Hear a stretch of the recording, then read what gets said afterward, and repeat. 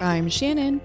And I'm Mark. And this is Dirt Sailor the Podcast. On this episode of Dirt Sailor the Podcast, we will be discussing the H's, Hamas, the Houthi, and Hezbollah, and why everyone hates Israel. Still. Again, Merry Christmas, AOC. Happy Throat Punch Thursday. Well, happy Throat Punch Thursday. How are you doing on this fine Thursday after Christmas? I'm doing good. And as long as the god of chaos, the asteroid, doesn't hit Earth, I'll be fine. Yeah, we definitely don't want to see that happen. Well, I don't know how many miles or light years it's going to miss Earth by, but if you look at the little modeling going on the news, it looks like it's going to miss us by a long way. So I don't know why they're so concerned about setting their sights on the historic brush with the Earth. And it will encounter Earth in April 2029. So I guess we better mark our calendars. Better get prepared. Wow. So many things that we could spend our money on. How important do you think this one is? The asteroid? Yeah. 0. They're saying that this asteroid, which was first discovered in 2004, is expected to pass within 20,000 miles of the Earth's surface. Nearer than some satellites. I wouldn't consider 20,000 miles too close, but I guess an asteroid of its size, which is about 1,000 foot wide, only gets close to Earth once every 7,500 years, so they need this opportunity to study it. Pandemics only come once every 100 years. Ish. Well, they come more frequently when you make them. When you make them or you play with an existing one, yes, they come way more frequently. Too much more frequently. Well, hopefully the folks that played around with this last one potentially learned their lesson. Maybe it took out some of their family members, so they've decided they don't want to play anymore. That they did the wrong thing. Speaking of pandemics, one of the things that we saw were the usage of masks and an inability to find masks at some points during said pandemic, so much so that people in hospitals had to reuse their N95s because they just could not get enough of them. It turns out that even when they could get N95s, they may not have been legitimate. Fake N95s? Well, they should have upsized to the N96 because I understood there was 0 of those because I just made that up. But yes, I had heard that too, that they were fake. So there was an Oregon man who was charged for selling over $2.5 million in fake N95 masks during the pandemic. This man faces up to 10 years for selling these fake N95s to third-party companies that then sold those masks to healthcare workers. So government officials sell us or promise us fake things. How come none of them are ever charged? Right? They're only charged when they steal a gold bar from a heist. What our government gets charged for is almost nothing or non-existent, but when somebody creates, I understand it's counterfeit. There's a real N95, but yet here they went and created, these particular individuals bought counterfeit and then they made certificates of authenticity to say that they were legitimate. But it makes me wonder, when people were saying you need to mask up and they were wearing fake N95 masks, so they got sick in hospitals, would the real thing have helped them, or would we have been just as bad off? The scientific studies now, through a little bit of empirical data. Sorry, for those of you in podcast land, I was miming what my dad was going to say. I call it mocking, but okay. Mocking, one of those M words. So let's get back to my train of thought. So the empirical data shows that the mask may potentially have not worked at all anyway. And here we are 3 years down the road, And unfortunately, I still see people, and I hope that they have medical issues, that they feel this is more of a psychological thing for them, that they're just not towing the government line and still wearing masks. I just saw on the way home from work a gentleman in his car by himself wearing a mask. It is very unfortunate that people have been mentally hurt to the degree that they will continue to wear a useless mask. Now, there are said to be useful masks that are used in specific situations. As we've noted before, OSHA has requirements depending on the activity that you were performing, what the gear is that you need to Yes, and that wear. is what I was waiting for the whole time, was for OSHA to come up with the plan as to the type of mask, how to test it, how long to wear it for, when to dispose of it, all that stuff. But it never came out. Never. No, it did not come out, because if it were to come out, it would have said that you've been lied to. Yes. You've been lied to on what works. Wearing a bra, a re-outfitted bra across your face was not acceptable, but yet we were told just wear whatever you can. Nor T-shirts. No T-shirt, a thin T-shirt, netted material. I know some people just started putting on netted material just as I don't think this is useful, but you're saying I need something. And then they were allowed to go places. Right. That's why I think the government was doing this for psychological warfare, trying to keep people from losing it. And it was control. Look Yes. at the level of control they ended up with. Money control, as well as controlling each individual person. And then they got us to hate each other. So that was a nice level of control. Well, they didn't have to do that to get me to hate people, but just kidding. I don't really hate people. So But I'm going to pose a question for you. yes. Didn't mean to cut you off. No, go ahead. So when there is a doctor in charge of a state for a governor, what are they called? They are called you put me on the spot. That's because- Surgeon General. of the state. That's because I have a point to make. But so the Surgeon General of Florida is an actual scientist, I believe. And he was working on things at, I want to say Stanford or UCLA, prior to getting the job there. And he did other governmental things prior to him getting the job in Florida. I wonder if we could go in the Wayback Machine and flip leadership roles. Get rid of Fauci, put him in that position, what the outcome of life versus death versus masking versus mandates. Right. Instead of having someone who's technically he's been in the government forever. And this particular person, Dr. Fauci, wasn't the doctor. He wasn't the Surgeon General. The U.S. has a Surgeon General. But come to find out, all of the top leading experts back there in D.C. and the surrounding area have all been involved in the same circles for a good reason. They're all in the same community, either studying diseases or in the medical community, etc. And they were willing to essentially run cover for each other or say what the other wanted to have said. Right. And instead of what was truthful. as long as they are really the smartest people in the room and they really can help with disease control, it's okay. And it's okay for them guys wanting to be wealthy like wealthy people. What I find not correct or to be counterproductive to the whole thing is the fact that they were making millions off of the pandemic and the very thing, and I call the thing, the patent they had on some of the drugs and some of the findings as it related to SARS. And then the recommendations that they made were recommendations that would ultimately pad them in, even if it was an investment into a company that was going to be providing, say, something like masks.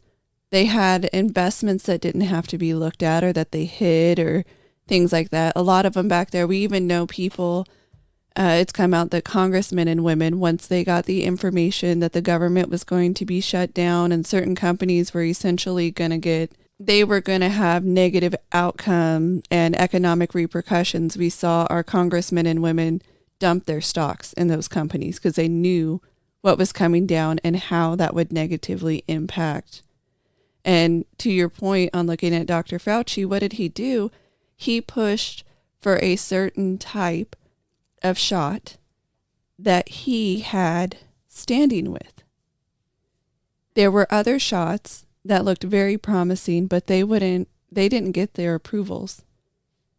So what was pushed and what were we told that we needed were the very things that they all were invested in one way or another. And what happened in the cases where someone said, "Oh, hey, this might have man-made origins," they were targeted.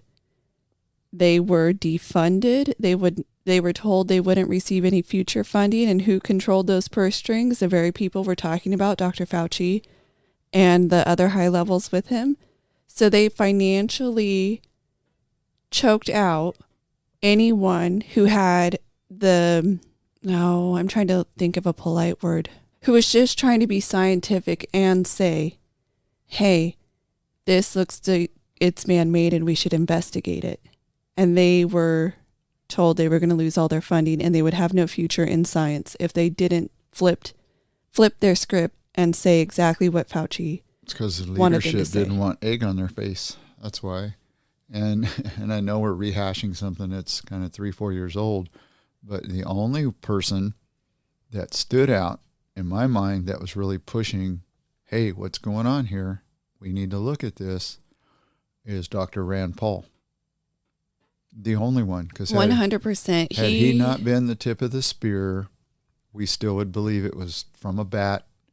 It was in a wet market, and it just took off like all natural ones would, when, come to find out, 99.999% of it was untrue from the beginning.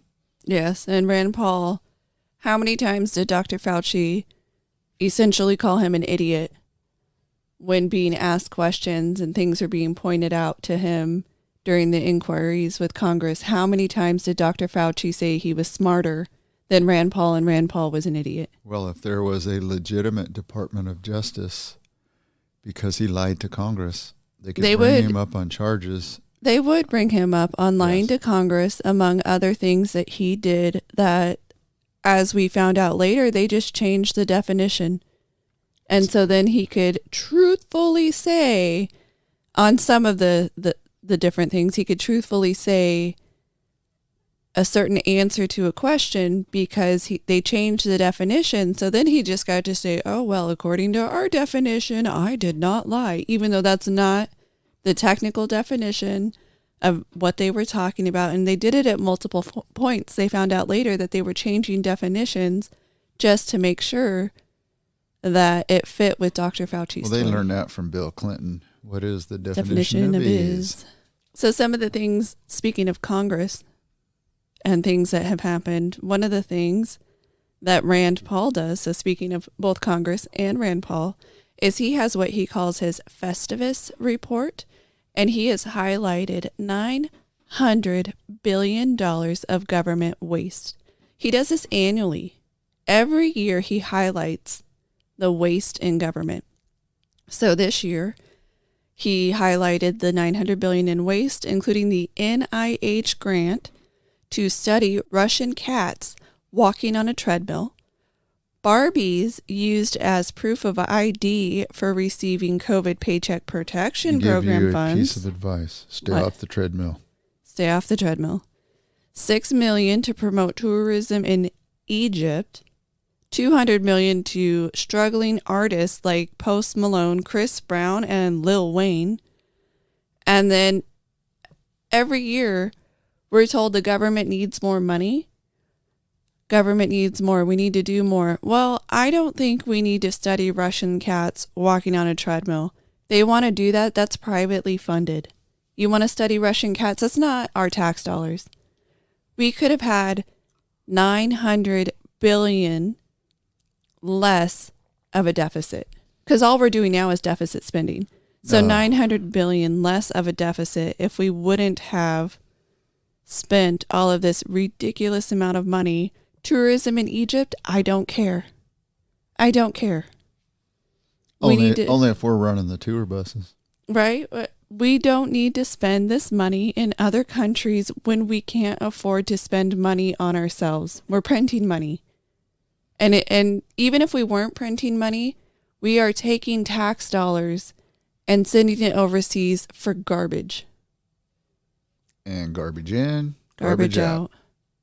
Absolutely. So, yes, Rand Paul does that annually. So that's another thing that we can thank him for, is his looking into what other people do with our money and where it goes. There's no reason why that should happen. Doesn't that make you just kind of go, why would you spend money on that? What's the real thing? Are they really spending money on that stuff? Millions of dollars on or is studying it going this? on? Is the spending going towards skunk works and other super secret plans, policies? So is it going to super testing? secret planned policies and testing, or is it going as a payoff to another country as well? So let's think about that. How many times do we hear that, well, Ukraine's our best friend right now, and we have a president in Ukraine that our president really likes and supports. He's sending billions, wrong amount of money. He's sending billions. And what has that country done for Biden in the past? Put money in him and his son's pocket. Put money in his son's pocket. So maybe it's just another way. Hey, you gave us this million, so on the backside, we'll send you taxpayer dollars. Because it doesn't matter to Biden. That's not his money. He doesn't care. As long as he's getting money in his pocketbook, he doesn't care that taxpayers are the ones losing out. Look at Gaza. I do believe in the humanitarian need in Gaza. And I believe that Hamas has devastated. Terrorism has devastated the lives of men, women, and children over there. And because of what Hamas did, targeting innocent civilians in Israel, it has really come back on the country to the point where Israel is desperately pushing to make sure this cannot happen again. And so I do believe that there is a need in Gaza, but if you look at it, if you say there is a need, which I believe most people would agree that there is, if you send in aid, where is it going to go?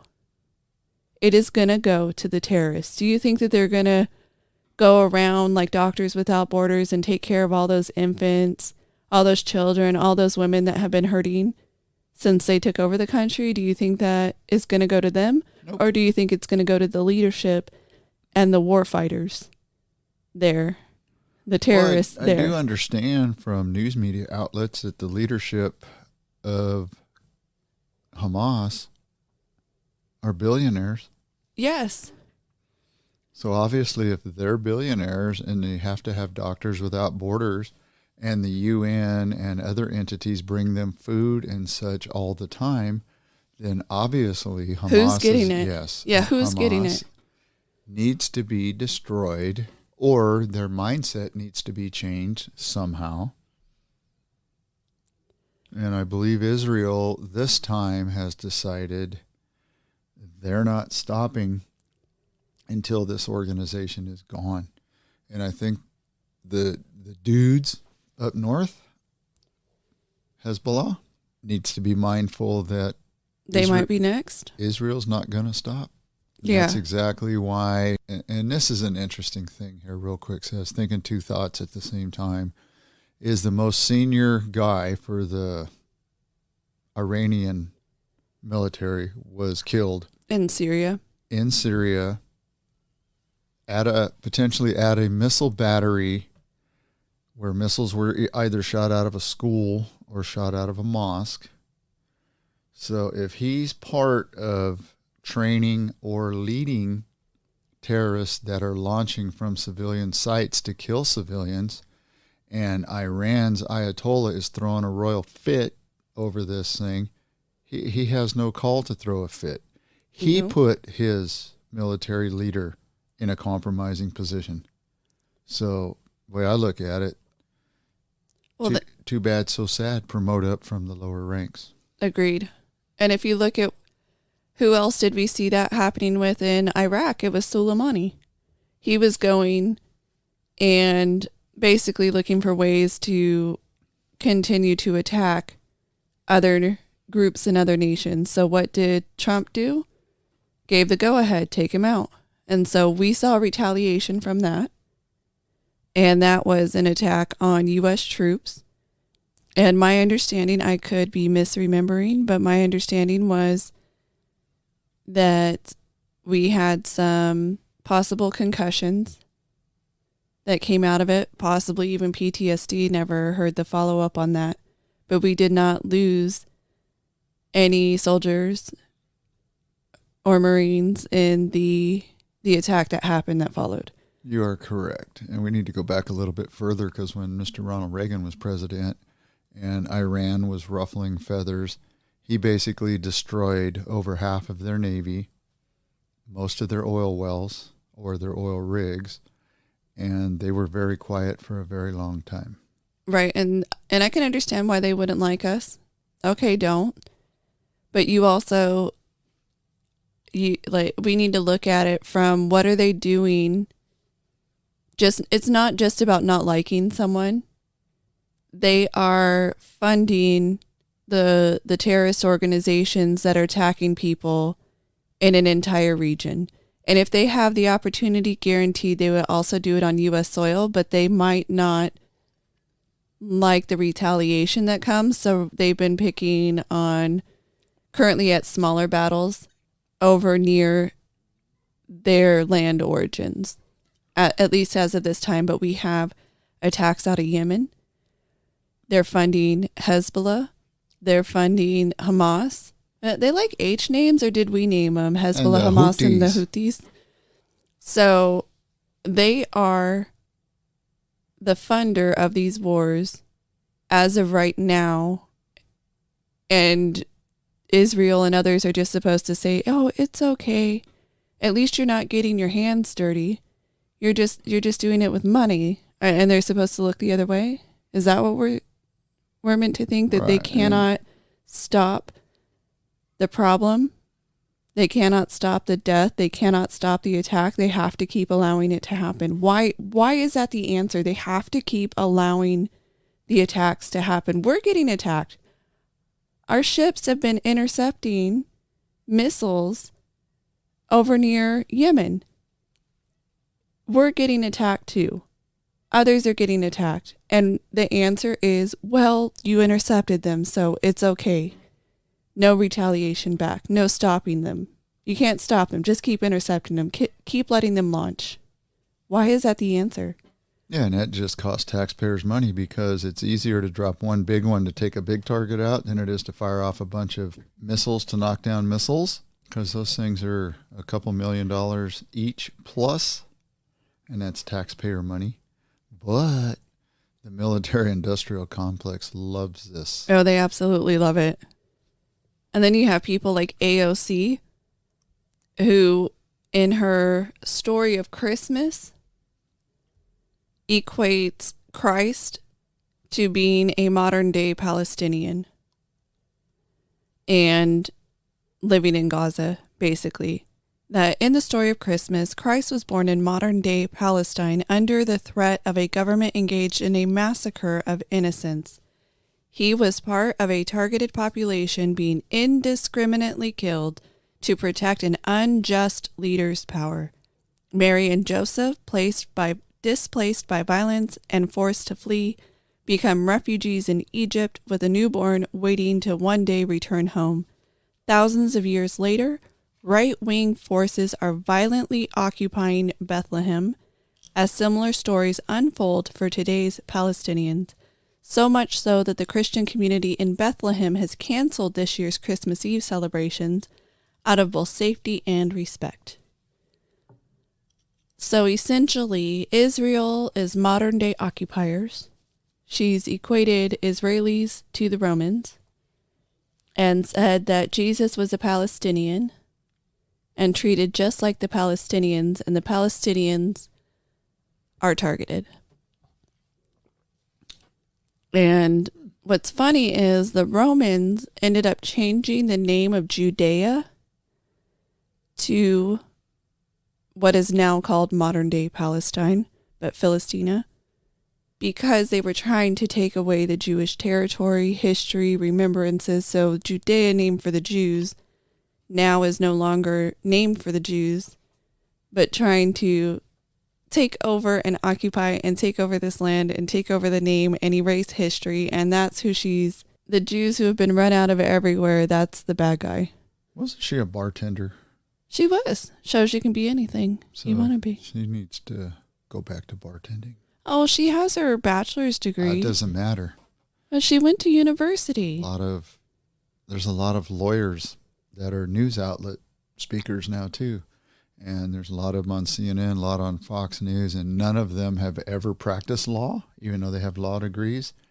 And people turn to them for expert opinions. And I would not ever ask a person that's never, ever tried a case for an opinion.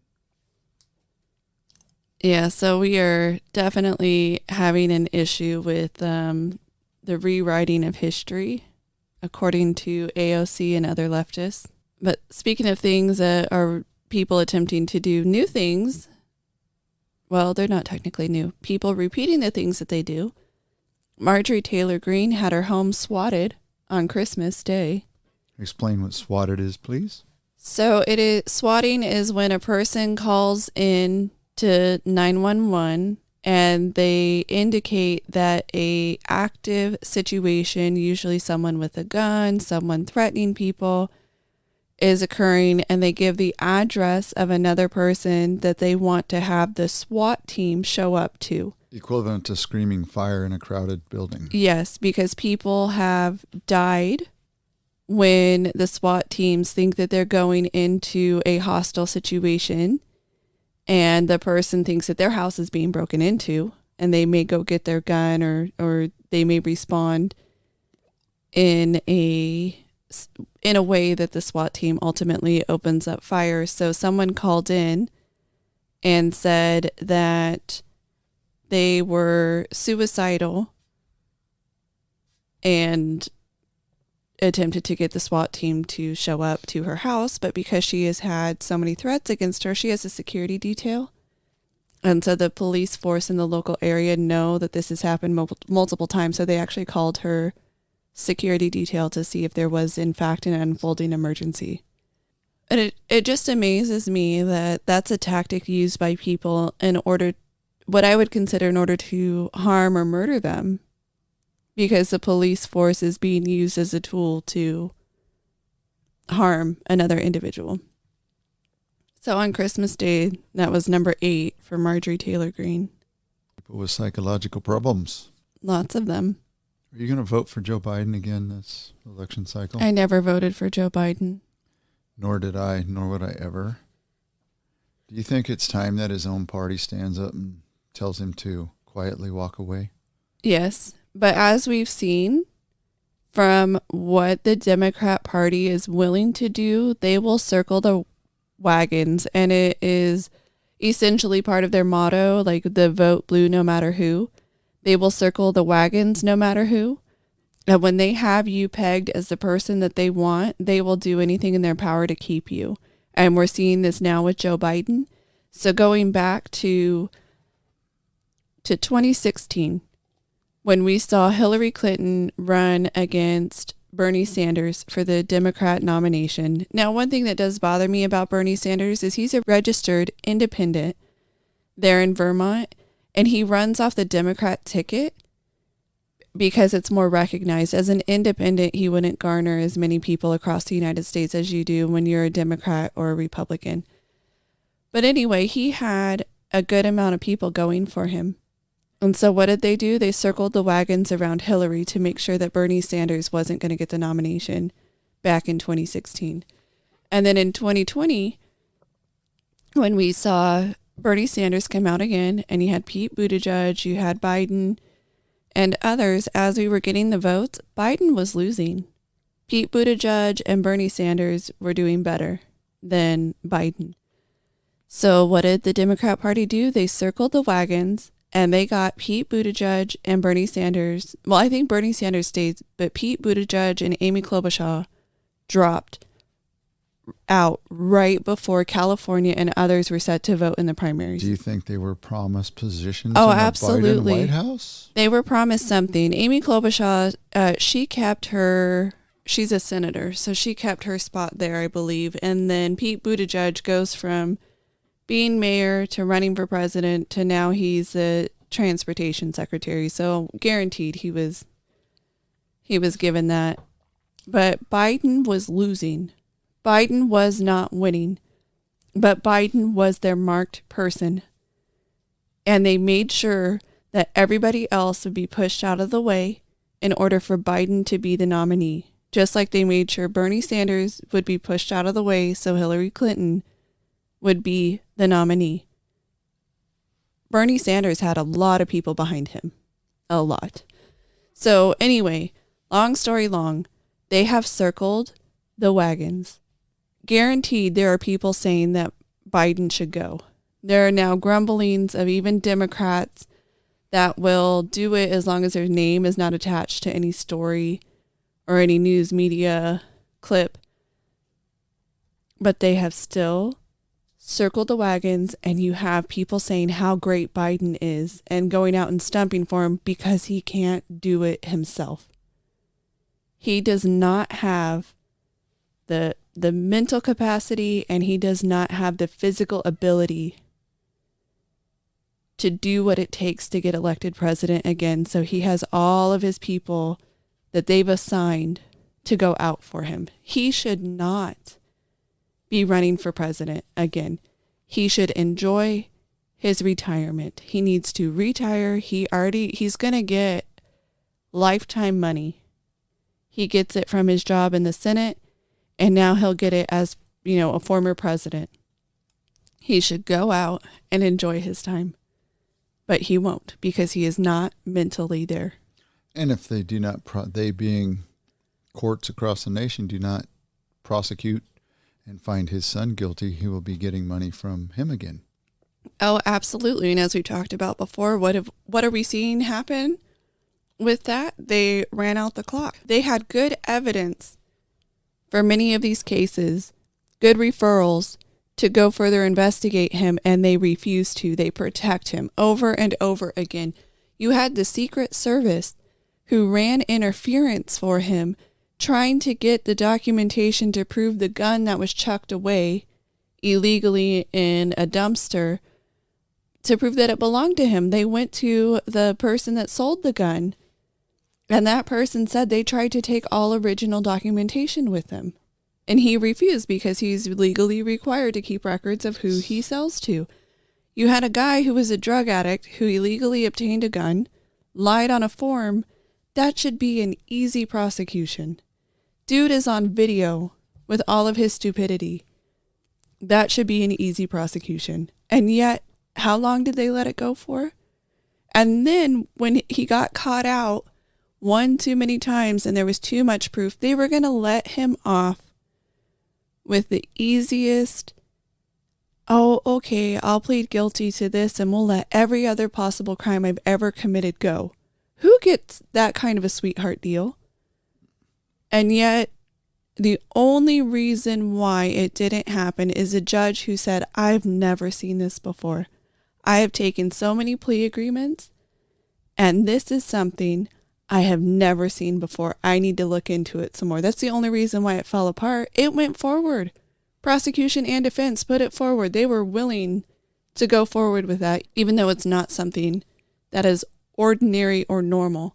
No ordinary citizen would have been given that good of a sweetheart deal. So, Biden doesn't run for 4 years. Will they go after? If Trump is the nominee for the Republicans, which it looks like he's going to be, and he ultimately is elected president, he said he was going to go after, and some have said, oh, he has a vendetta. He's a terrible person to elect because he's going to use the government to go after his enemies.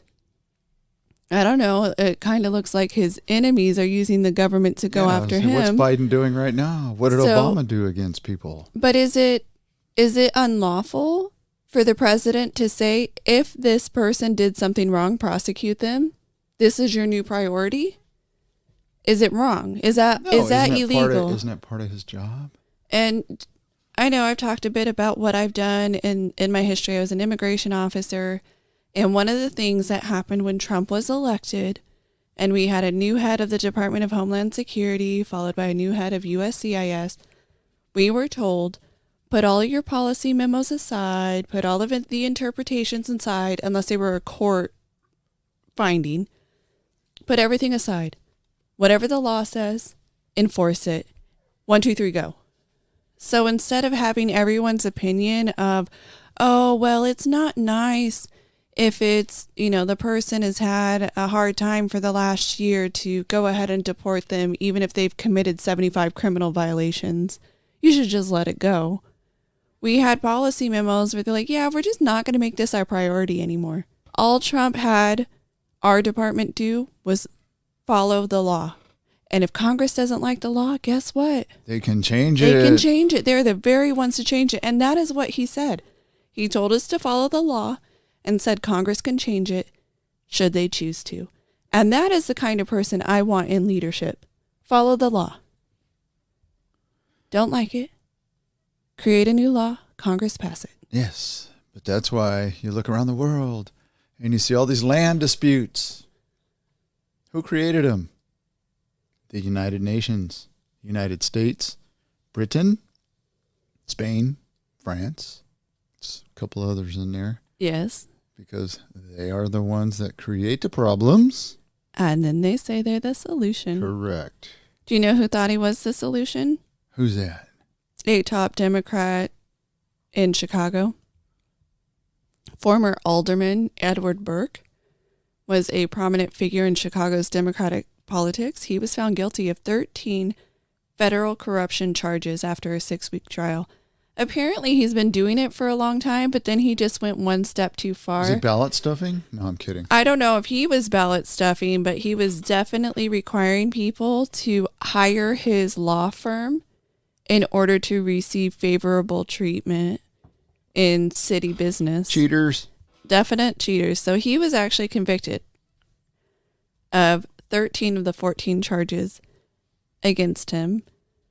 But then you have people like in Loudoun County, the superintendent who lied about a child being raped on their school grounds and lied repeatedly. They've decided to drop the last charge against him. So Ziegler is his name, and he was convicted in September in a separate trial for retaliating against a teacher who cooperated with a special grand jury. So he faces sentencing for that misdemeanor conviction in January of 2024. He was acquitted of a second charge in that trial. And then the third misdemeanor charge for the lie at the core of what the Daily Wire actually released as a bombshell news article. It was separated out into a trial that was slated for March, but the prosecutors working for the Attorney General filed a motion to not prosecute and just to let that charge go for knowingly lying about it. These are the people, the superintendent among others, these are the people that are supposed to protect your kids, let you know what's happening on your campuses, let you know how to help, and then work with the community to better the education for all students and make sure they're safe, was so willing to lie to parents and then called a parent a liar to their face when they said that something had in fact happened to their daughter. So that if they're willing to not just hide it, but then lie about it, they deserve to be prosecuted. Yes, they do. I was looking at the casualty counts over in Ukraine, Russia. It's amazing that we continue to pump weapons, missiles and such over there, and we're approaching, the estimates are all over the place, from between 315,000 and 600,000. That's a lot of people. That would be wiping out the entire city of Fresno. And as we talked earlier during a different discussion, that's more than probably every natural disaster in the last 500 years combined. Because we're heck bent on going green. There's global warming. No, there's climate change. No, there's atmospheric rivers. There's all these changes, all these massive storm systems that are unprecedented. Well, what's unprecedented is the human's ability to kill the fellow human. That is what we should be focusing on. Not, how many people die yes. because of... Yes, you look at, and we talked about this a few podcasts back, and the numbers from Russia and China and others, 60 million here, 20 million there, 5 million here, 40 to 58,000 Vietnam Americans dead. I mean, it's just up to 1 million Vietnamese and Chinese. It's nuts. And like you said about something else, should we spend our money looking at an asteroid that's going to miss us by 20,000 miles? Should we be focusing on whether we need to have little kids dig lithium out of the ground so we can make batteries, so we can make ourselves feel good about a little electric car that we plug in and charge with the sun? Or should these guys' efforts, if these go greeners would expend as much energy on stopping these wars as they do buffaloing fellow humans, man, we'd get a lot accomplished. Right. Could you imagine if all of us just started saying, I want to be the next Bill Gates. I want to be the next, what was that VP? Al Gore. I want to be the next insert other person, climate czar, all of our climate activists. I want to be just like them. So I'm going to start flying around on a private plane, going all over the world repeatedly, talking about how everybody else needs to do something about it. Everybody else needs to buy this electric car that's made by pieces of that were farmed out by children. Everybody else needs to, and they do all these things. Everybody else needs to do this. Well, we should all start saying we want to be activists and talk about it and live their lifestyle. Live the Edwards lifestyle, be the climate czar, jet set everywhere. Live the Al Gore lifestyle, have a multi-million-dollar mansion that pollutes the earth in the very ways that we're told to quit polluting the earth. But you have to buy the electric vehicle. And what do? They fly around, they have motorcades, they do whatever they want to do while telling us we're the problem. But we should be like them. It's because they're fake news. Just saying. Just saying. Fake news. So, and talking about what other people are doing, something we've seen a really big thing happen right now is Colorado has ruled that Trump cannot be on the ballot.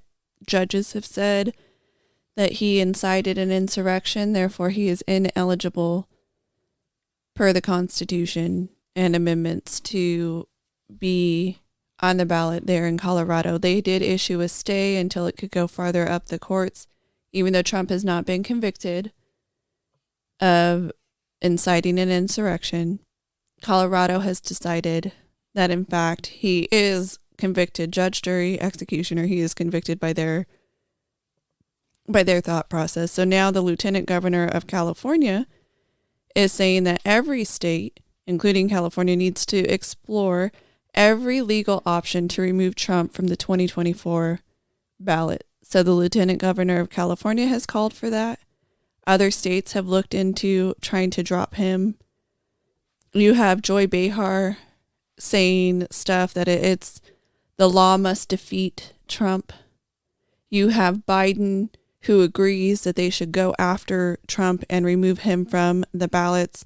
You have Jack Smith, who has said he wants his timeline to go quickly to make sure that Trump cannot run for president. You have Trump being charged with things that Biden and others could be charged with.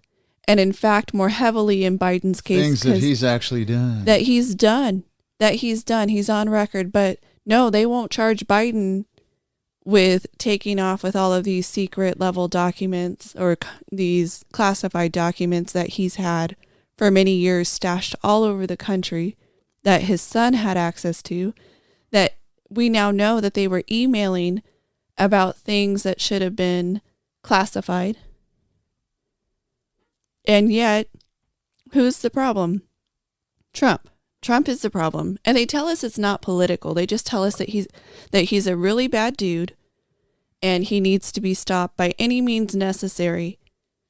Yeah, do we need to go over the accomplishments again while he was president? Which tells you, yeah, he was a terrible person. Terrible for the black people, terrible for Hispanics, terrible for other ethnic groups, terrible for white people, terrible for the cost of fuel, the price of groceries, the cost of housing, your lowered taxes. Yes, he was terrible in all that manner. What this boils down to is a senator from New York that told him when he made the statement that he was going to drain the swamp, that the swamp, the CIA has, 25 ways or whatever the number was to come after you and get you. And eventually they will. And you're seeing it play out right now because like you said 3 or 4 podcasts back, the deep state is deeper than anybody ever thought. It's not just the appointed people. It's the career people that are far left loons. And just another thing, how many times do we look at other countries and we see them jailing opposition leaders, going after opposition leaders, and we think, yeah, that was the right thing to do? How many times do we say, yes, throw them in jail, get rid of anyone who dare be different from you? Yeah, that's when you look at it and go, woo, we don't want to be socialist or communistic like that. And yet here we are, and we have people celebrating it. We have people all over celebrating Orange Man bad. And like I've said in the past, there are things that he's done that I disagree with his personal lifestyle. I disagree with some of the things that he's done. And if he has done illegal things, go after him. But you run into a problem where you're willing to not go after the people that you like.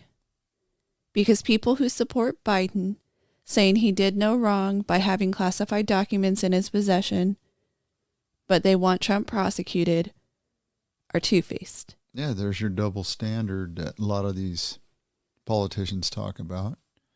Why? Why has the American people allowed it to get to this point? Is it because we have to get up at the crack of dawn to go to work all day long, to work 5, 6, 7 days a week to make enough money to sustain life and pay taxes and not have the time to focus on those people so they can run roughshod on us and pass any policy of their choosing? That seems to be, as long as they can keep us tired enough. 70% of Americans are now living paycheck to paycheck. And they are getting, under Biden, that number has become more because the cost of living in general has gone up. I know he wants to make Bidenomics a thing that means something positive, but Bidenomics means you're paying more for everything. Your grocery bill is up, your housing bill is up, your electricity bill is up, your gas bill is up.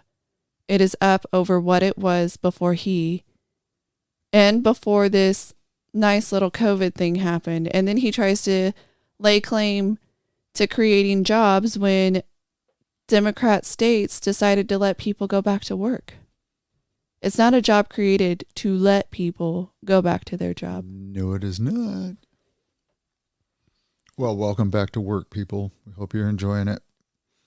And for those of you that work for Elon Musk and you had to leave the comforts of your home and go back to work at the office, I hope you like it. So some of the things we see with our government, speaking of our government and our government officials. So Gavin Newsom pledged to end homelessness when he was the mayor of San Francisco. He's $400 billion away from getting there. He's almost there. So he had a 10-year plan to end homelessness in San Francisco, and we have marked the 20-year anniversary of his 10-year plan. And what do we say he needs? He needs more money. So I just thought that was a nice milestone, that it has been 20 years since his 10-year plan. When we have the VA pitching a request for more money for homeless veterans living in the streets. So they are attempting to get more veterans off the street, and they want 7.4% more money than they have in years prior in order to get more homeless veterans off the street. So they're asking for an increase in their budget because we know how well the government spends money. So, Go ahead. I'm sorry. Do we know which institution actually is the winner for getting people off the street? So far, none. And we need to, if there is a way to do it, so far we know all the ways not to do it, but we haven't figured out the good pipeline to getting people off the streets and then keeping them off the street. So here's the plan. I got the plan. You have the plan. I do. So you take $500 million, you put it in the bank, and you get all these companies together, all these nonprofits, all these government entities together, and you say, look, we're going to have a contest. Whichever group can get X number, we'll pick a number, let's say 85% of the people in your town, in your city, in your state, back in a home, back in an apartment, and not homeless, legitimately, this big pie is for your organization. And you can spend it how you choose. You can give everybody bonuses. You can give the homeless people you put into homes money. You do whatever you want to with it. But if we remain stagnant or your numbers increase, we're going to defund you even further and look for a different organization that's willing to give it a try. I think that it would be good to find the real way to do it. Yes, definitely. We need to incentivize people. We've incentivized not fixing the problem. So then the organizations keep getting the money and then they keep spending it on themselves. Yes, you look at the high salaries and you understand why. Speaking of high salaries. High salaries and misdemeanors. High salaries and misdemeanors. So PG&E. Let's talk about PG&E. I really like PG&E. I have 85,000 shares of stock in PG&E. I'm the number one provider currently of electrical BS. Just kidding. So right now, the highest paid CEO in 2021 was PG&E's CEO. Okay. Was that for utilities or for all CEOs across the gamut? Centerpoint CEO received the second highest compensation at $37.8 million. In April 2022, shareholders signaled disapproval by voting against a resolution related to that CEO's compensation package. And despite the shareholder vote, then there's one called Next Era. For a 5-year period, received $111 million. Oh, you know what? This might be utility companies, actually, because then it dives into 22 utility companies paid their CEOs more than $50 million during a 5-year period, and then it lays into all of them. And then some utilities also paid millions to executive chairman and some former CEOs. So yes, this looks like PG&E has the highest paid CEO. Utility CEOs received $2.7 billion in executive compensation from 2017 to 2021. So, yes, it was in fact our utility companies, and the highest paid one is PG&E's CEO. So, for those of you that might be from another country or another state that listen to the podcast, PG&E is a California utility. And they cover from basically Northern California. I don't know if they go all the way to the top of the state or the Oregon border, but they go down as far as, I believe, Visalia, California. They go at least that far. I know that certain locations actually have the opportunity to have either PGE or SoCal Edison. But we do not. There is a monopoly here in Fresno Sanger area, and we only have the choice So word of the day, quantify. Can you quantify for me why a utility CEO can garner that kind of salary? What knowledge base do they have that the corporation sees that much value or worth in them? When PG&E, I don't know if they're profitable, but I do know that they continually raise their utility rates to where they are now out of affordability for probably 50% of their customers. So PG&E has a very high utility rate. I believe it is one of the highest in the entire nation. There might be a few others who ultimately end up higher than PG&E, but we have seen massive increases. And right now, 85% of our latest increase was to improve safety in its gas and electric operations. We saw these increases as they told us they needed them so they can make the lines safer. Okay, so what you're saying is prior to them getting this increase approved, they were providing us with unsafe power, unsafe lines, unsafe poles. But now that they're going to get a rate increase, that rate increase of $50 a month per customer is going to be enough money to make us safe. That's the claim. Or are we going to go a year from now or two and they're going to say, well, I know, unfortunately, we've had another fire. It's your fault for not clearing around your home, but we're going to go ahead and get the PUC to raise your rates so we can make it super secret and super, super safe. So to go with what PG&E has done, they were the cause of the Paradise Fire, and they've been the cause of other problems. So they have come out and said, we have to raise the rates because things are so bad and we want to make them better. That was their claim. Now, what would happen, what has happened every year since the Paradise Fire is if it's too windy, PG&E will shut off power to its customers in high wind areas in which the lines may go down and strike a fire. So every year, customers have been without power for however many days in a row the wind blows. Their claim is that they have not been able to collect enough money to make it safe for us. So the way they make it safe is by shutting off our power. That's their claim. Mind you, they filed for bankruptcy in 2019. And our governor, Gavin Newsom, was in their pocketbook. They donated money to him. And as soon as he became governor, he worked with a law firm out of New York to try and write out their responsibility and put it into California law so they wouldn't be as financially responsible. So over and over, they have said they needed rate increases in order to make these unsafe lines safer. So they've gotten some and not others as far as the increases. However, this latest increase, they say, it will only be an average of $32.50 per bill. However, they're asking, we've already seen increases, 50%. Our bills have gone up 50% in the last 4 years. In addition, we will now see an increase January 1st, 2024.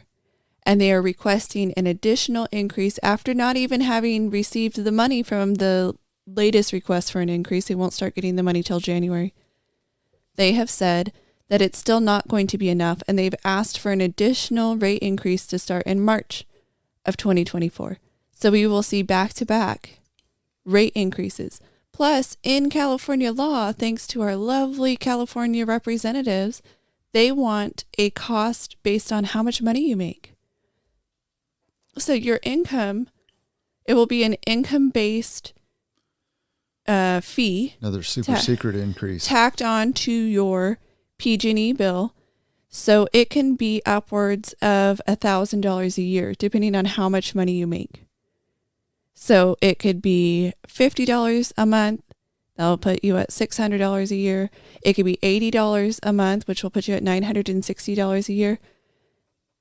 That's in addition. That's just for the luxury of you having an income. that you will have to pay additionally through PG&E. And it's not just PG&E, it will be your other utility companies across California. So if you already have a bill that has increased and you're going to get a bill that increases, and then in March they want another increase, plus you're going to have to pay based on your income as an increase. Some of these are by $4.50 a month, $8 a month. They just want more money. They are paying someone $50-something million a year to be one of the biggest screw-ups we can have.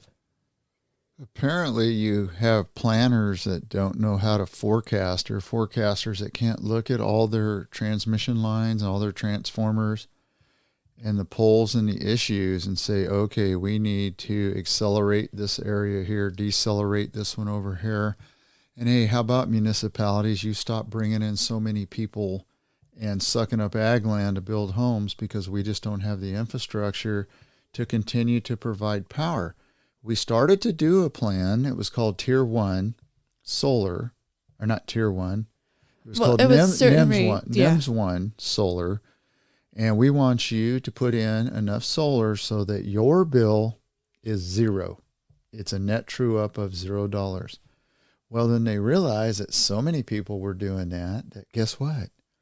They had no money to pay for the transmission lines. Or is it the exorbitant salaries? One of the two, or both. Okay. So then we swapped to, we got to fix that. Let's go to NEMS 2, which means we're going to give you even less of a buyback, and we're only going to allow you to cover a certain percentage of your power. Or possibly we're going to charge you for covering too much of your power usage. Yes. And then now we're to the point where we're at NEMS 3, or shortly thereafter will be NEMS 3. And we're paying $50 million a year. That's just one salary. PG&E has thousands of employees. They have hundreds of upper management that make a lot of money a year. Granted, are they worth it? I don't know. I only know a couple PG&E people, and they're only in the $100,000 a year range, which is still a really good salary if you don't have inflation and all the other mitigating factors. But you want to fix this? You fix it like a handful of other states where you have more than one utility, and you create this thing called competition. Competition brings in lower prices, brings in new poles,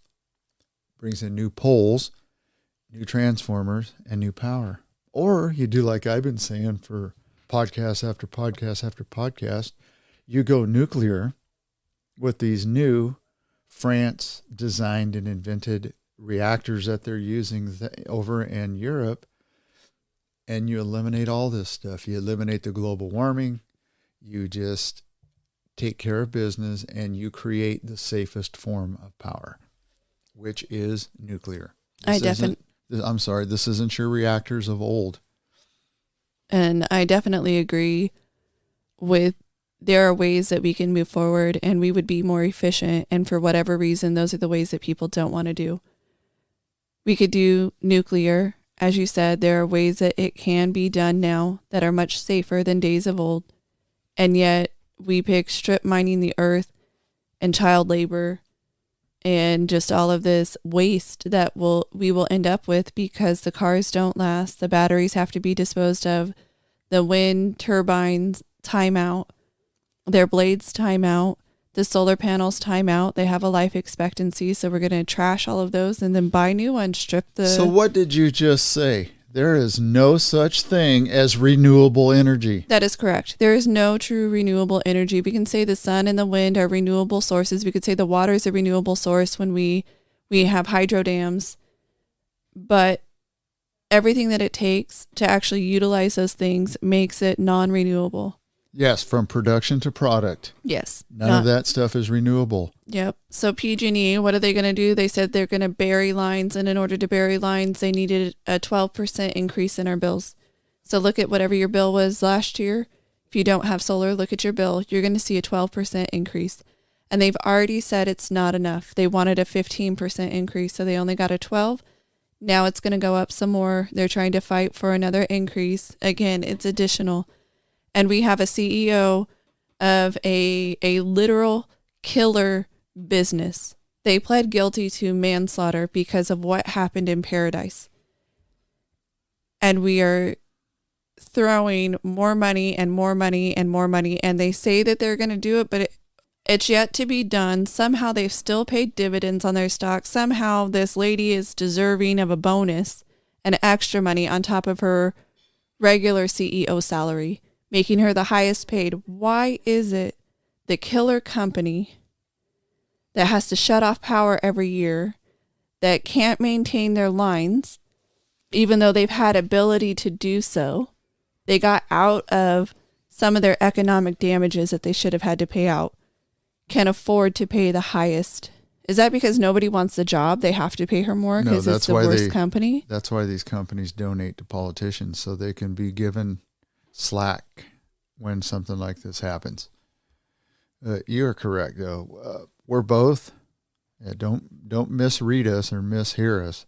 We're both into capitalism. We're both into making whatever amount of money your educational level and your mindset can bring you to. However, when you're dealing with a utility that has issues from top to bottom, you don't bring a hitter in that's making $50 million a year. The value is not there, in my opinion. Right. Would you pay the worst NFL team, their head coach, the most amount of money, or would you pay the winningest coach the most amount of money? Prove that you can win, and then salary increases. I could respect that. But if you have they have a monopoly. Well, and don't have so they can do whatever they want. Don't have politicians in your pocket. Yeah, that's the other thing. Win. Crony capitalism is not capitalism. So no, not capitalism. And then what do the politicians do? Well, when things don't go their way, they change the definitions, as we talked about earlier. With Fauci, we are also seeing that the Treasury Department under Joe Biden has refused to hand over documents showing how officials decided to alter the definition of recession. So that way Joe Biden can say Bidenomics is working and we're not in a recession. So all they do is change the definition of is and keep on plugging away. So that's what our government is doing. Because that line I use, they're not truth tellers. They're liars. They are definitely liars. I mean, when America has gotten to the point where you can have Christmas, and Christmas for you can be whatever it is, whatever religion you are, whether you support it or not, whether you believe it was the birthday of Jesus or whether it's just a commercial holiday for you to put up a tree, put up lights, go buy gifts. When you get to the point in America where siblings get into an argument over who's getting more presents than the other, and a 14-year-old kid takes a gun and shoots his mom and shoots his brother, we have a problem. We have a bigger problem with our society and with how people are acting. And we need to get to the heart of our society. We have this selfishness that we promote in society, religious or not, whether you are religious or you aren't religious or not, we have this selfishness in society. And we have further bred this selfishness, and it has grown into such a degree that we see the crony capitalism. We see that is taking money from the little people. Then you have a young kid who is apparently 14 years old who is upset. So instead of going to their room and brooding over maybe mom likes my brother more, they decide that murder is the way to handle the situation. So let's analyze this. I have to put this into perspective now that I think about it for myself. So we had a Christmas dinner. There was 11 family members there. And I ended up getting 5 gifts. 6, 7, 8, 9, 10, 11. That'd be 6. I got shorted out of 6 gifts. So we're going to have another dinner tonight. And I'm going to have to talk to the 6 that I didn't get them from. No, I'm kidding. See how silly it is? It's not about the gifts. It's about the being together with family, I thought. It's about celebration of family.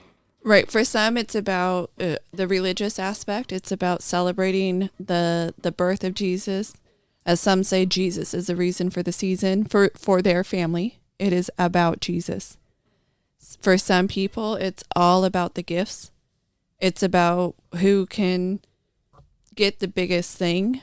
And I understand that. I will say, as a kid, I did not have the healthiest of hearts at times. You know, you get a little jealous when you're a kid. I would go and count the gifts. Did my sister get more? Do I have more?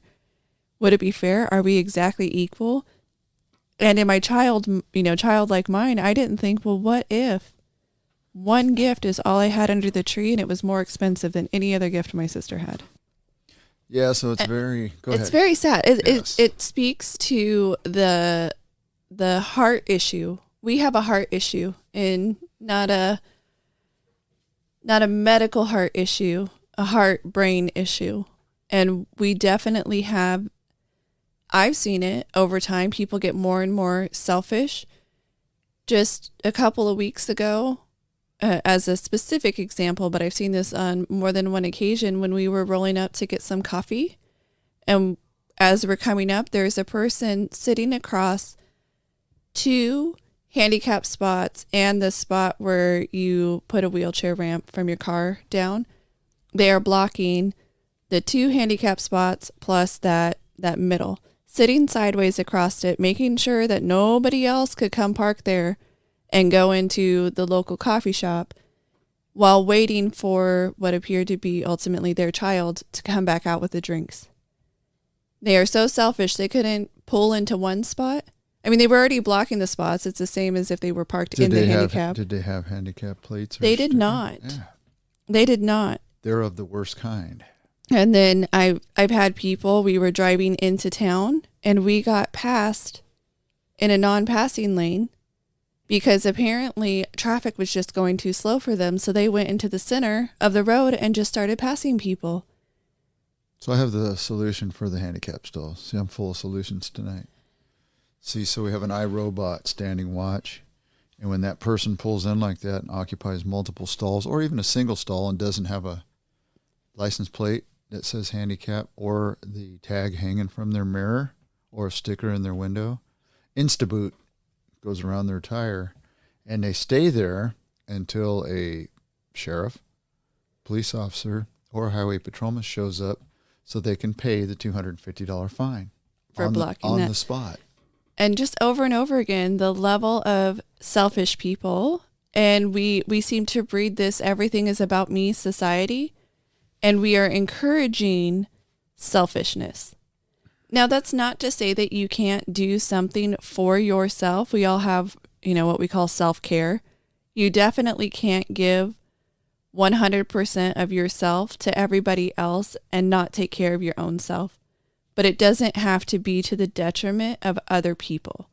If you're doing that level of self-care, you're really just harming others. But our society has pushed us to be so selfish in so many situations that it's another one of our downfalls here. Yes, and it begs a question that I ask you all the time because I don't know, because I've never lived in another country. So I don't know if they have the same problems we have. But are we the best country on earth? I used to think wholeheartedly 100%. We're both prior military. I would have given my life for this country in a hot second. Now I've throttled that back. I will do my best to protect my family and therefore put myself in harm's way for family and friends should the need arise. But I just don't think that we have everybody's best interest at heart. There's just too much we see on the news, in person, through scuttlebutt. It's a travesty and it's a mess. And I think the fact that we can see it now, well, whereas before, unless you were in government, you didn't have the news going out and reporting how terrible it was. And this is across, even before the United States existed. So corruption now can definitely be seen and people can be called out for it. We have even here locally. So there was a Fresno City Council member who's being investigated because they had a nearly $2,000 flight to go from Las Vegas back to Fresno. And this Fresno City Council member has had their investigation open on them. The Fair Political Practices Commission is looking into Miguel Arias over paying for a nearly $2,000 luxury private jet. And this luxury private jet was provided by Mid-Valley Disposal. I believe they might have contracts with Fresno City. Conflict of interest, crony capitalism. Yep. He failed to recuse himself from the council's contract negotiations with Mid-Valley Disposal. What? Yeah, so he was supposed to fly. He bought a round-trip ticket from Fresno to Las Vegas, and he took his first flight March 15th. But the claim is on March 18th, he deliberately missed his commercial flight back to Fresno and instead traveled home on a private jet provided by Mid-Valley Disposal. How convenient. How convenient that you miss your flight, and here is a company that does business with Fresno City Council right there And to provide a private jet. Yes, and instead of owning up to the fact that he did something wrong, I would almost bet he's going to say, there's nothing to see here. I did nothing wrong. I do not get free garbage service. No, I just get nice flights that are paid for by the government. But we also see something we've talked about before, defund the police. So there is a progressive Democrat out of Austin. We've heard a lot about Austin. Does he want a refund? So he voted to defund the police, and multiple people there in Austin want to defund the police after what happened with George Floyd. They believed that less funding for the police was the option and that we should take. Austin has seen an increase in crime and a decrease in the police ability to respond to said crime. And in some cases, they don't respond at all because it is considered such a low priority that other high priority cases take over. So what does this lawmaker do? This progressive person there in Austin, after voting to defund the police, they've called for the cops to come and protect their home because they feel unsafe. So yes, you are more unsafe because of your policies. Therefore, you need to pay for private security out of your own pocket if you feel scared. Right. You decided not to have enough police officers, and you've determined that nobody else has the ability to have police respond to their situations. And if they can't afford private security, what then? The vast majority of the working class cannot afford to have private security. So you want less for everybody else. Oh, but you should send the police out. They should be your own personal security guards. Then we have here, the Biden administration is telling senior citizens to repay millions of dollars in Social Security benefits. According to a report. Did we overpay them old farts? We overpaid. The vast majority of the affected are elderly and disabled people who are on fixed incomes. And now they have the threat of their benefits being cut off or frozen until all of the debt is paid back, what the government considers them to be is in debt to them. So the government overpaid benefits. The government is the one that is responsible for determining the benefit of the people. For setting the benefit and the pricing. And here they accidentally overpaid millions, and their response is, give us the money back. Now, I understand if the person made a mistake and said, you owe me this much money, and then Social Security paid it out. But we're talking about government individuals who did not do their job correctly, whether it was to use a computer program that wasn't programmed correctly, whatever the case may be. And you told people how much money they were going to get. You gave them that money, and then you just decide, oh, we got it wrong, give it back. People on fixed incomes aren't going to have the money to just give it back. Nope. And as we said earlier in this podcast, 70% of Americans are living paycheck to paycheck. Yep. So 2 million Americans were informed that their Social Security checks were too big. What is the number? And they have 30 days to give it back. How much is it per? So according to this article, it looks like about $7,500 in overpaid benefits. Per? They don't have that money to pay it back? $7,500, especially considering... Because their fuel for the month was $7,400. The average Social Security check alone, we're talking averages, $1,907 a month is the average Social Security check. So if you take 1907 and you times that by the 12 months in the year, you get 22,884 as the average. So you want to take 7, and then they only have 30 days to pay it back. They're giving a 30-day notice. Biden's a heartless dude, isn't he? Should we give him, his son, his brother, his daughter, his wife, his granddaughter, 30 days? To pay it all back? Absolutely. To pay their back taxes with interest? Well, if you look at what happened with Hunter Biden, he actually didn't have the money to pay his back taxes. He got a buddy, a friend of the family to pay donor. Political donor. He got a donor to pay his back taxes. And by the way, that the amount that they're requesting people pay back in 30 days is approximately 33% of what they get annually. Do you have a third of your annual income to immediately pay back the government? If I did, I'm not giving it to him. No, and I understand when there's an overpayment, you stop the overpayment, you let people know that, hey, we made a mistake and now your check is really supposed to be this. But how do you do that to 2 million people? How do you do it to, apparently about 1 million people received clawback letters, but 2 million people a year are overpaid? And then you give them 30 days on your mistake? It's BS. When the government, I'm sorry, why don't you go take the money from Ukraine? Absolutely. Go take it from Ukraine. Go take it from Ukraine. There's the money. Go take it from the Palestinian Authority that we've been given hundreds of millions to. Hamas. Yes, let's take it from Haiti. Is Haiti done anything productive with the money we've given them? They seem to continually be in this loop. You want to talk about another corrupt country? Yes, it's a political system that's corrupt as ours, or ours is as corrupt as theirs and others. Yeah, and then you have Eric Swalwell, who appears to help facilitate Hunter Biden thumbing his nose at Congress for getting a interview.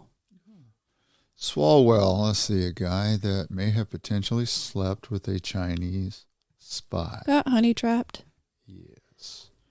So another thing I would like to talk about, though, is when companies decide, see, crony capitalism or cronyism is not true in real capitalism, but you have 15 major chicken producers and 4 big tuna companies are accused of inflating and manipulating prices. And that would mean that $40.6 million in restitution, according to the government, would need to be paid back to the people who saw these inflated prices. What that will mean, 134,000 single-person households will receive a $50 check, and 268,000 multi-person households will receive a $120 check. Why don't they just give them a chicken gift certificate? Right. But there was apparently a conspiracy to price gouge chicken since at least 2008. Chicken talkies. That's not surprising. And the federal government allowed them to monopolize. And I'm sure that there's a government leadership that has stock in these companies if they're not private and they have stock and they're publicly traded. Yeah, so this is also, by the way, only going to go to Washington. This was out of Washington, so this isn't going to go to you or me. And these checks, they talk about gouging low-income people, but does only low-income people buy chicken and tuna? No, matter of fact, had 2 tuna sandwiches for lunch today. We'll go figure. Where's my $50 of tuna gift certificates? Yes, where's our tuna gift certificates? We need those. Our cans of chicken gift certificates. So I want to bounce back to COVID again for a second. And specifically, Is that like rebounding with COVID? yes, specifically vaccinations. Because I am seeing the fact that they're not talking about the vaccinations as much, even though they're asking people to get vaccinated. What we're really not talking about and discussing is all these young kids, males and females of a specific age block, that are either having heart attacks, having heart issues, or dying, cut and dried. So is that a direct result of people getting vaccinated, or do we have an epidemic of heart problems going on right now with youth? In my conspiracy theory, there seems to be correlation. Correlation is not causation, but a correlation between the time period in which we saw the COVID vaccine mandates and the big push for them as well. And that was school-age children. They were requiring young kids to get them, and then seeing the number of heart-related health issues. Now, I also understand we have a health problem here in the United States, but these heart-related health issues we are seeing in young, apparently healthy individuals who are big into sports, exercising, playing on different teams. We are seeing what should be arguably healthy individuals having major medical Yes, you're looking episodes. at ones that haven't had the opportunities in their life or their bodies to develop coronary artery disease from salt and all the other intakes of calcium, extra calcium and all that, that would make you susceptible to heart attacks. So there has to be a single sole main driver that's putting all these youth at risk. And I believe it was even LeBron James, his son, had a recent heart issue. I believe it was him. It was a major NBA player's kid. And there was an NFL youth that had a similar issue. And it's like, okay, there's some weird anomalies going on here. It's not a person that's in their 40s, 50s, or 60s that have, sucked up a bunch of ribeyes and tacos and, tacos and beer and stuff, and that they're getting, and this may sound harsh, are we getting what we deserve when we're that old? Or are corporations with all of their processed foods and stuff giving it to us? It would be, so to your point, it was LeBron James's eldest son who was playing for USC. He was a freshman with USC playing guard and had a heart attack during practice. And we had the NFL star who the claim is he got hit in just the wrong way that caused him to have his heart to stop. There was a young kid, I believe it was in England when the shots were first coming out, that he got one of the shots, and he was big into exercise. And so really big into exercise, and he would work out a lot. And then he had a heart attack, and the result on the commission that investigated how, what happened, said his problem was he exercised too much. And that after getting the shot, you shouldn't be exercising because it does impact your heart. So I would say that we do have an issue, and we aren't talking about it as much as we should be. They don't want to talk about the side effects and then let people have the ultimate choice of if the risk is worth it to them. Risk-benefit analysis. Is it worth the risk? Is the reward worth the risk? Considering the number of deaths, if this makes sense, was high but low. It was high in the elderly, high in the people with that new term we learned, comorbidities, very low with pretty healthy people for the most part. Yes, and yet we pushed people who were the least affected to get this shot. Yes. Okay, I'm off that soapbox. I'm just curious. I'm just seeing a lot of that on the news, and it's troublesome for me. Do you know, since it was just the holidays, and one of the big things that we eat during the holidays, talk about processed foods? Ham. Ham and all the fixins. Ham, and it doesn't matter what brand, because I looked it up and they're all pretty much the same. And the bag I read on the one that was at our household yesterday, 1 serving of ham. 3 ounces.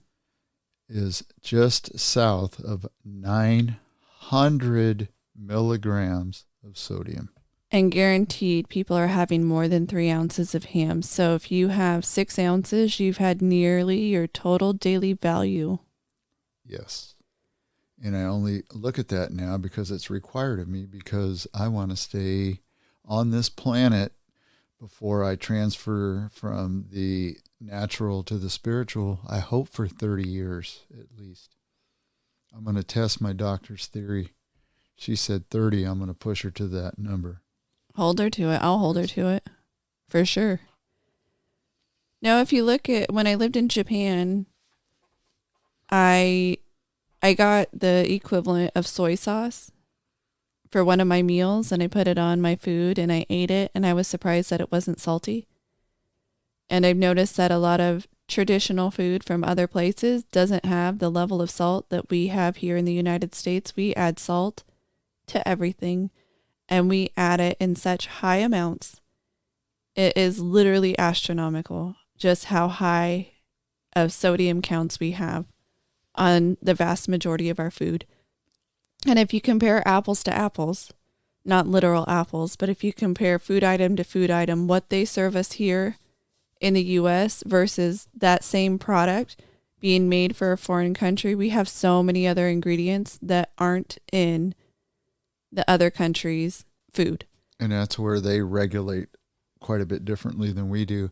And I'm not telling people to stop eating what you're eating.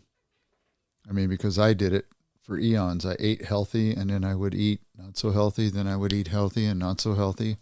Just be mindful of what you're plugging into your mouth, because it does have a lot of stuff that is really not healthy for you. Absolutely. We could probably stay on that topic for quite a while. We've been looking in, I know I have too, a lot of what's being put in our food. My favorite hamburger, In-N-Out Burger double with cheese, onion, spread, 1,500 grams of sodium in one burger. And if you look into like Costco's chicken, $4.99, easy for you, easy peasy, already done. Costco's chicken, they put salt in the chicken. They put other stuff in there too. And if trying to buy a turkey during Thanksgiving, looking over all the turkeys, they are salt added into the turkey, even the frozen ones. I'm so glad you brought up Costco. You can't just get anything basic. I'm so worried and disappointed in Costco now. Oh my goodness, I'm sad. I'll probably stop shopping there. They are going to get rid of a traditional item they've had at the food court. Do you know what it is? The churro. Yes. I just saw that today. I don't even eat them, but I love to buy them and take them to work and hand them out to people because people love churros. It's not making me very cheery. I'm so disappointed. So let's go back to something that's happening with our court and with our elections. The state Supreme Court has ordered new maps for Wisconsin to be ordering new maps for their elections. So the current maps, in a 4-3 decision, the liberal justices have said that the current maps violated the state's constitution and need to be redrawn. The decision was celebrated by Democrats who have claimed that the legislative maps in the state were rigged, while Republicans said that the liberal justices had decided the case before it was brought. So the Wisconsin Supreme Court gave that ruling 4-3. They now have the majority. The Democrats have the majority, so they're the ones who have decided that Wisconsin has to redraw their legislative maps. Found that to be... So you can't win honestly, so you have to cheat. But it's not called cheating. Because there is no ballot harvesting, none of that. That's all in your head. It's all in my head except for the Democrat that was charged for a voter fraud scheme after filling out dozens of absentee ballots. And they were charged out of New York, Queens, New York. Isn't that who AOC? I believe so. And here you go. Yeah, you're talking about, oh my goodness, it's only dozens. What effect does that have? Well, as you explained a few podcasts back, in a county In Louisiana, wasn't it one vote, and they made the found, difference? yes, one vote made all the difference. So this person had over 20 absentee ballots that they were cheating on out of Queens, New York. Why can't we just do things honestly? Why can't we bring your best, let them win or lose, and you move on to the next election cycle? What? Why? Why can't we do it cheat. right? Why you do we gotta cheat have to and cheat? win. You cheaters. Cheat, lie, change definitions. Biden administration top officials attempted to conceal that Chinese spy balloon from public. I guess us seeing it was too much for them. I don't know. The video of the balloon kind of ballooned that into a bigger story than they wanted it to be. Yep, they wanted to let it pass over the U.S. and not say a thing about it. They were hoping that they would get away with it. Well, I think if it would have went over D.C. and dropped some money into the White House or a check for $200,000, it would have worked out a little better. Oh, if money was involved. Well, yes. Money could have been involved. Maybe it was. We won't know. Only they know because they were trying to hide it from us. Yep. So a law that was slated to go into effect January 1st here in California has been blocked by a U.S. federal judge. It is a law that would bar individuals who have a concealed carry license from carrying in pretty much any location in California. Except for the inside of your home. Yes, basically. Yep. So you could protect yourself inside your home and that's it. So why are they so heck bent on taking away rights of tax-paying, law-abiding citizens and not going after criminals? It's not a right-wing conspiracy saying that they're not going after criminals because they aren't. They really aren't. How many criminals have we seen? They either the police don't show up, or they made it from an arrestable offense to a ticketable offense, and then in cases where it's an arrestable offense, they started dropping all the charges. So they would say, oh, yeah, we're arresting for that. And then on the backside, they're just dropping all the charges against people. Didn't that just happen to a homeless guy in the Bay Area that was beating the crap out of somebody? He was an old retired fire marshal, I believe. So the homeless person was acquitted. He was actually prosecuted, but they found him not guilty. Not guilty on all charges. Because the fire official was in fear for his life. Attacked him is what the claim was. The homeless person refused to leave the front of the property, and I believe the fire official turned a hose on him, and then he got So does that give you the right attacked. To take a pipe or a hammer or whatever instrument and beat the crap out of the person that's spraying you with the hose? Or not only beat the bejesus out of them, but then when the person ran away, the homeless person chased them. And guaranteed, if you shoot somebody in the back that's running away, you'll be prosecuted to no end. Yes. Here in California. And in New York, if you do anything of the sort, you even squirt them with a hose, you will be arrested. Yeah. We saw the gentleman who worked in a bodega who caught a shoplifter, told the woman to leave, and the woman's significant other didn't like the way his significant other was treated. So that person who had a criminal record, went in and started beating the bodega owner or worker. I'm not sure that he owned it, actually, beating the bodega worker.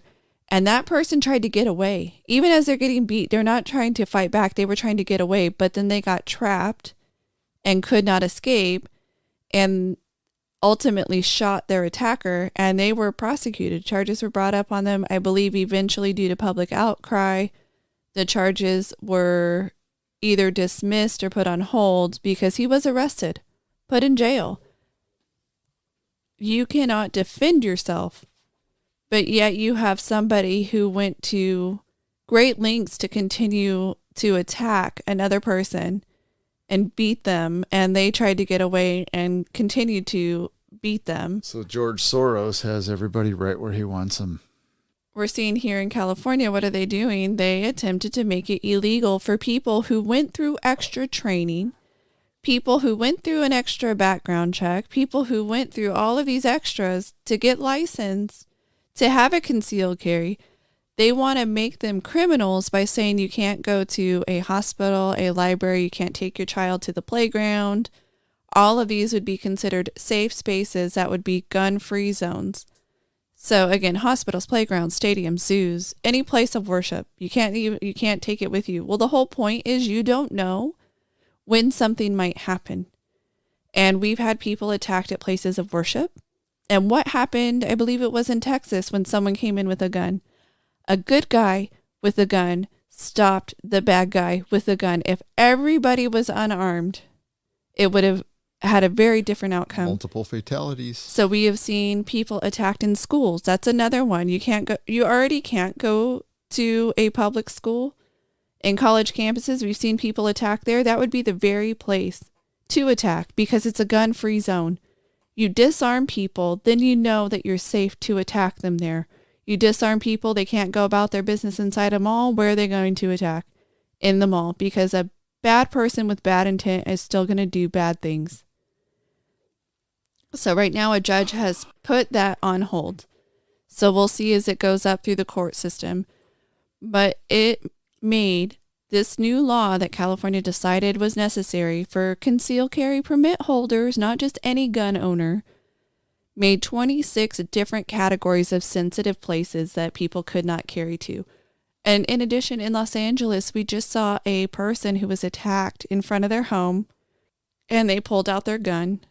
They had a permit, they pulled out their gun, and they shot their attackers. Their family was getting attacked because they had burglaries, and they were attacking people and then burglarizing their houses or, taking over. So we saw that. And what did the state of California do? What did Los Angeles do? Move to take the guy's gun away and make sure that he couldn't have another one while they investigated. Who knows how long that would take? And he was using the gun for the literal defense of himself and his family.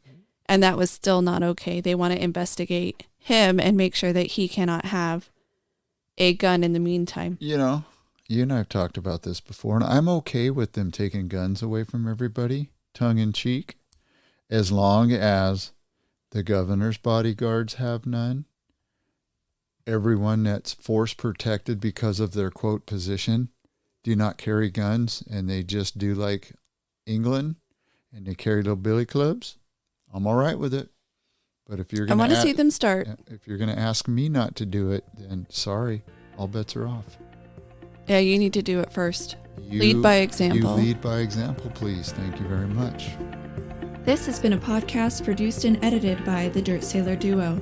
Mark and Shannon are a father-daughter team who both served in the United States Navy. This production is protected by copyright laws. Until next time, anchors away.